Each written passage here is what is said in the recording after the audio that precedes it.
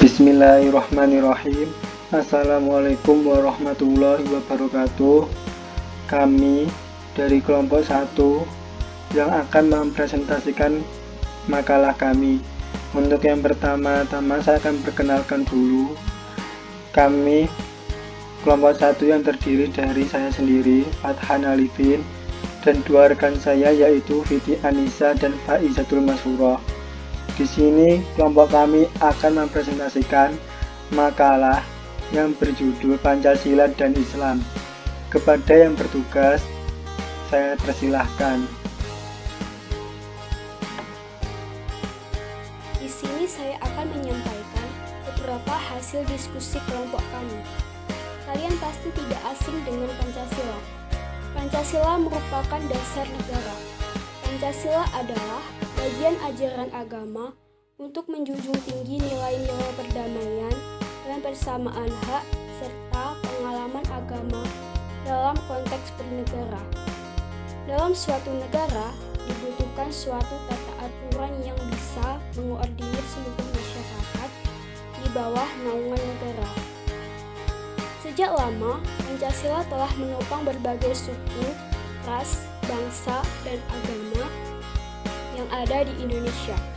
Pancasila dirasa sangat sesuai dan tepat untuk mengoordinir seluruh ras, suku bangsa, dan agama yang ada di Indonesia. Hal ini dibuktikan bahwa sila-sila Pancasila selaras dengan apa yang telah tergaris dalam Al-Quran. Topik pembahasan materi kali ini adalah 1. Pancasila sebagai sistem filsafat. 2. Pancasila sebagai ideologi bangsa dan negara. Dan yang ketiga adalah Pancasila dalam perspektif dalam Islam. Yang selanjutnya adalah rumusan masalah. 1. Bagaimana pengertian Pancasila sebagai sistem filsafat. Yang kedua, bagaimana pengertian Pancasila sebagai ideologi bangsa dan negara. Dan yang ketiga, bagaimana Pancasila dalam perspektif Islam. Tujuan dari materi kami adalah 1. Agar mengetahui pengertian Pancasila sebagai sistem filsafat. 2. Agar mengetahui pengertian Pancasila sebagai ideologi bangsa dan negara. Dan yang ketiga, agar mengetahui makna Pancasila dalam perspektif Islam. Saat ini, kita akan memasuki pembahasan yang pertama, yaitu Pancasila sebagai sistem filsafat. Pancasila sebagai sistem filsafat merupakan sistem suatu kesatuan, bagian-bagian yang saling memiliki keterkaitan, keterikatan, dan saling bekerja sama untuk suatu tujuan tertentu dan suatu kesatuan yang utuh. Pada prinsipnya, Pancasila ditinjau dari teori kausa atau sebab yang dikemukakan oleh Aristoteles adalah sebagai berikut. Yang ke-1, kausa material, yakni sebuah sebab yang memiliki hubungan dengan materi atau bahan. Yang kedua, kausa formalis, yakni sebuah sebab yang memiliki hubungan dengan asal mula sebuah bentuk.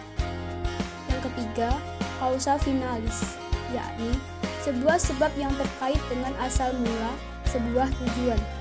Dan yang terakhir, kausa efisien, yakni tentang asal mula sebuah karya. Yang selanjutnya akan dibahas oleh pemateri 2.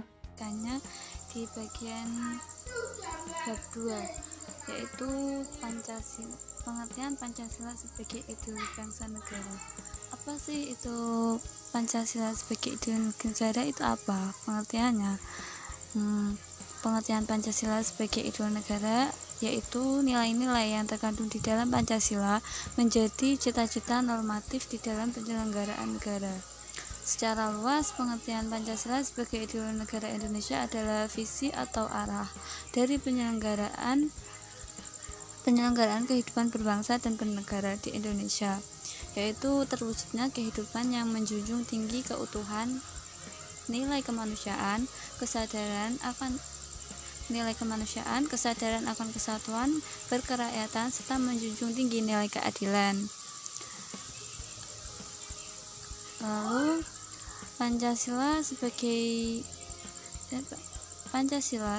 ideologi negara yang bersatu, sebagai cita-cita bernegara dan sarana yang mempersatukan masyarakat, perlu perwujudan yang konkret dan operasional aplikatif. Selanjutnya, fungsi Pancasila sebagai ideologi negara itu apa sih? Fungsinya itu kan sebagai prosedur penyelesaian konflik.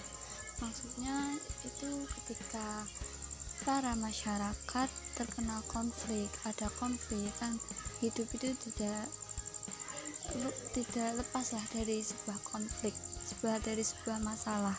Semua manusia itu memiliki masalah, di negara-negara manapun pasti ada konflik ya. Dengan adanya Pancasila ini menjadikan bisa sebagai sarana penyelesaian konflik, terus bisa juga sebagai sarana pemersatu masyarakat. Jadi kan Pancasila itu memiliki makna-makna yang banyak, sehingga dapat di antara makna-makna yang ada di Pancasila itu ada yang membuat rakyat Indonesia itu menjadi satu.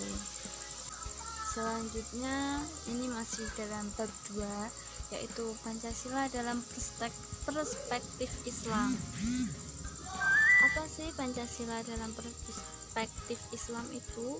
Pancasila merupakan bagian ajaran agama untuk menjunjung tinggi nilai-nilai perdamaian dan persamaan hak serta pengalaman agama dalam konteks bernegara. Nilai-nilai yang terkandung dalam Pancasila yaitu ada 5. Yang pertama, ketauhidan dalam ketuhanan yang Maha Esa. Ketuhanan yang Maha Esa merupakan buah rumusan dan para founding father negara Indonesia.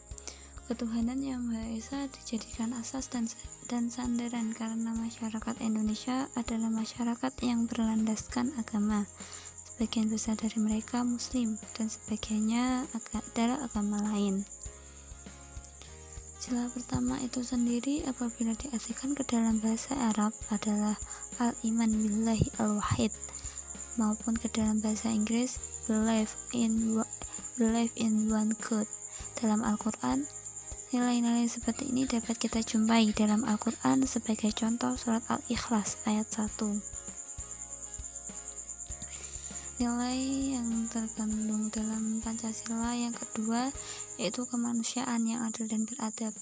Prinsip dalam bermuamalah ialah terdapat pada kata kunci adil dan adab pada nilai-nilai sila kedua. Inti prinsip keadilan ialah persamaan derajat antara sesama manusia. Ini merupakan prinsip dasar bermuamalah dalam Islam. Lalu nilai Pancasila yang ketiga yaitu persatuan. Nilai atau sila ketiga nilai ukhuwah dalam persatuan Indonesia. Dalam Islam, persatuan lebih diartikan sebagai ukhuwah yang berasal dari kata akhun yang bermakna saudara. Prinsip ukhuwah adalah parameter utama keimanan dan keislaman seseorang. Prinsip ukhuwah ini ditekankan terutama kepada kalangan muslimin muslimat dan mukminin mukminat yang berdasarkan pada firman Allah surat Al-Hujurat ayat 13. Lalu nilai Pancasila yang keempat yaitu bermusyawarah. Prinsip utama dalam sila keempat ini ialah musyawarah mufakat, mengutamakan kepentingan negara, kepentingan yang lain, kepentingan masyarakat dibandingkan kepentingan pribadi. Musyawarah sebagai medium dalam mengambil keputusan untuk kepentingan bersama untuk mencapai mufakat diliputi oleh semangat kekeluargaan. Dan yang terakhir nilai Pancasila yaitu berbuat adil. Demikianlah penjabaran dari makalah kami. Yang terakhir bab 3 yaitu penutup. Ini bab 3 penutup. Penutupnya kesimpulannya yang pertama, pendidikan kewarganegaraan menjadi sumber nilai dan pedoman penyelenggara program studi dalam memahami Pancasila dan Islam untuk mengembangkan kepribadian yang baik. Yang kedua, membangkitkan kesadaran nasional dan membentuk kepribadian mahasiswa. Nah, yang ketiga, membantu mahasiswa mewujudkan nilai dasar perjuangan bangsa Indonesia. Yang terakhir, ini saran, pendidikan kewarganegaraan perlu dipertahankan penerapannya pada semua tingkat pendidikan. Sekian penjelasannya, terima kasih. Baik, itu tadi sekilas penjelasan tentang materi dari kelompok kami.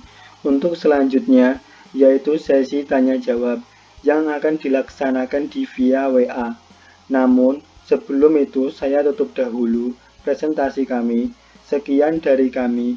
Bila kami memiliki banyak kekurangan, kami minta maaf, dan kepada Allah kami memohon ampun. Sekian dari kami. Wassalamualaikum warahmatullahi wabarakatuh.